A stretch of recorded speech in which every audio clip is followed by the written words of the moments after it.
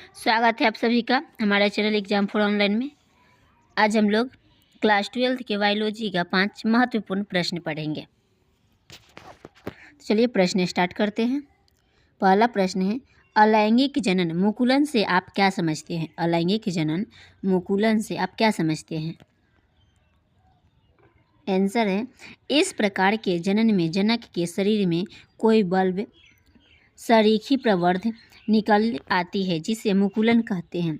इस प्रकार के जो जनन होती है उसको जनक के शरीर, जो जनक के शरीर होते हैं, जो जन्म देने वाले होते हैं, उनके शरीर में कोई बल्ब होते हैं, बल्ब सरीखी प्रवर्ध निकल आती है और उसे क्या कहते हैं? मुकुलन कहते हैं। जो बल्ब सरीखी प्रवर्ध होती है वो निकल आते हैं, उसी को मुकुलन कहते हैं।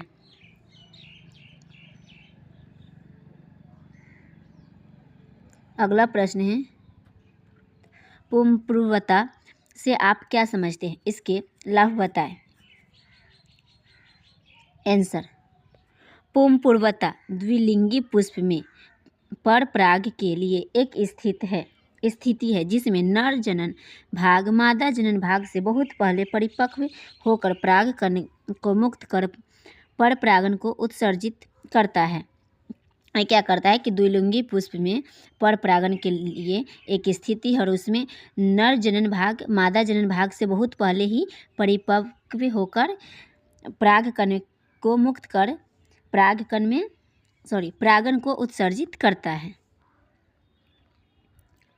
इसका लाभ है, द्विलिंगी पुष्प में स्वनिषेचन को रोककर विभिन्नता उत्पन्न करता है। ये लाभ क्या होता है इसमें? द्विलिंगी जो पुष्प होता है उसमें स्वनिषेचन को रोककर विभिन्नता उत्पन्न करता है। अगला प्रश्न है, क्लाइनफेल्टर सिंड्रोम पर प्रकाश डालें। आंसर, यह एक गुणसूत्रीय विकास है। यह ट्राइसोमी का एक उदाहरण है, लेकिन इनमें लिंक क्रोमोसोम एक्स की एक अतिरिक्त प्रतिलिपि के मौजूद होने के चलते मानव कोशिकाओं में 47 क्रोमोसोम 44+XY हो जाता है। यह लक्षण पुरुषों में पाया जाता है जो देखने में सामान्य लगता है। यह गुणसूत्रीय क्या होते हैं कि विकास के यह ट्राइसोमी का एक उदाहरण है जिसमें इनमें लिंक क्रोमोसोम एक्स की एक अतिरिक्त प्रतिलिपि है और उसके मौजूद होने के चलते मानव कोशिकाओं में 47 क्रोमोसोम है। कितने क्रोमोसोम होता है? 47। 44+XY हो जाता है। यह लक्षण पुरुषों में पाया जाता है जो देखने में सामान्य लगता है। अगला प्रश्न है, सहलगनता को परिभाषित करें। आंसर, दो होमोलोगस गुणसूत्रों के धागों को एक दूसरे के साथ जोड़ने की घटना सहलगनता कहलाता है। जो दो होमोलोगस गुणसूत्र होते हैं उस धागों को एक दूसरे में जोड़ते हैं तो उस घटना को क्या कहते हैं? सहलगनता। अगला प्रश्न है, अनुकूलन क्या है? इसका विवरण करें।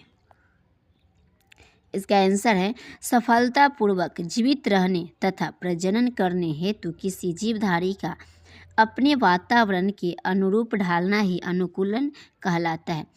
सफलतापूर्वक जीवित रहने वाला तथा प्रजनन करने हेतु किसी जीवधारी का अपने वातावरण के अनुरूप में ढालना ही अनुकूलन कहलाता है, जो अपने वातावरण में अनुरूप कुल से ढाले।